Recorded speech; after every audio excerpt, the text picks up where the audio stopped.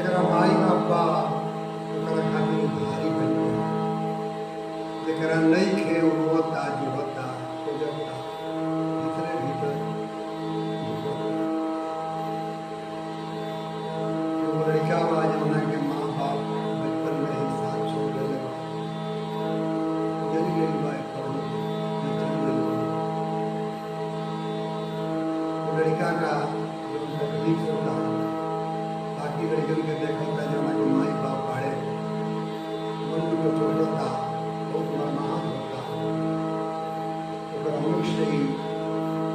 बात निकलता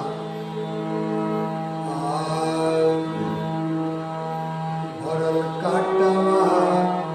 में बाड़ी हमार जिंदगी,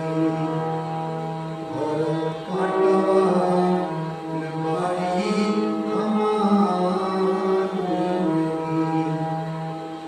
कहिया जान विधना करिहे किनार जिंदगी, भरल काटवा में बाड़ी हमार जिंदगी, भरल काटवा में बाड़ी हमार जिंदगी, भरल काटवा में बाड़ी हमार जिंदगी, कहिया जान विधना करी है, कहिया जान विधना करी है किनार जिंदगी,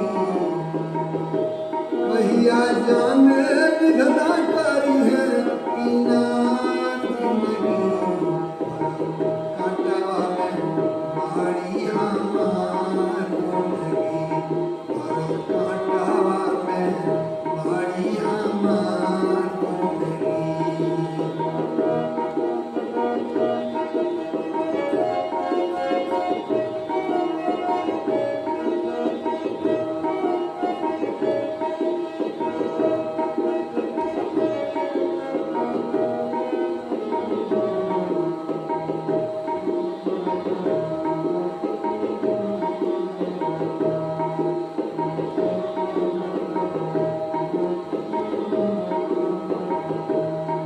जहिया काकी गरिया में पानी लेके मारे धान, जहिया काकी गरिया में पानी लेके मारे धान, ओहे लवन लगाई तोके बारी में बेटाई,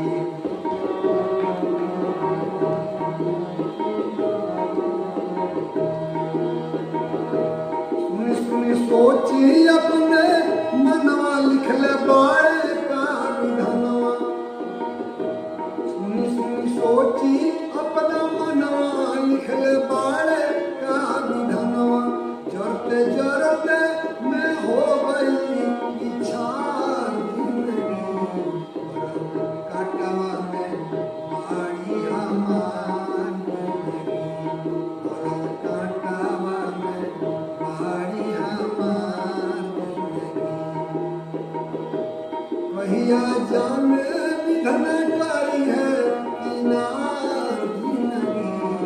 भरल काटवा में बाड़ी हमार जिंदगी, भरल काटवा में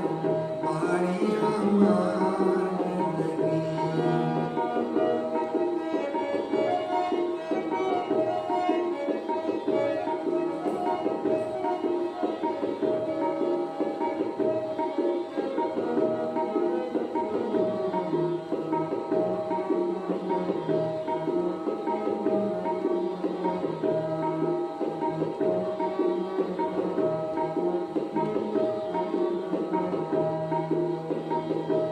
एक दिन बनले नाही पतिया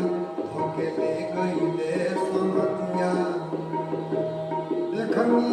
लइकन के पढ़ाई आई लचके में बुलाई, देखनी लइकन के पढ़ाई आई लचके में बुलाई, सोचनी रोहित हमर माई दे पटरी मंगाई, सोचनी रोहित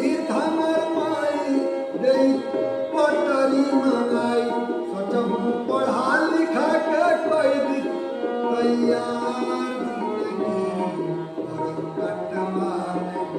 बाड़ी हमार जिंदगी और कटवा में बाड़ी हमार जिंदगी जाने कहिया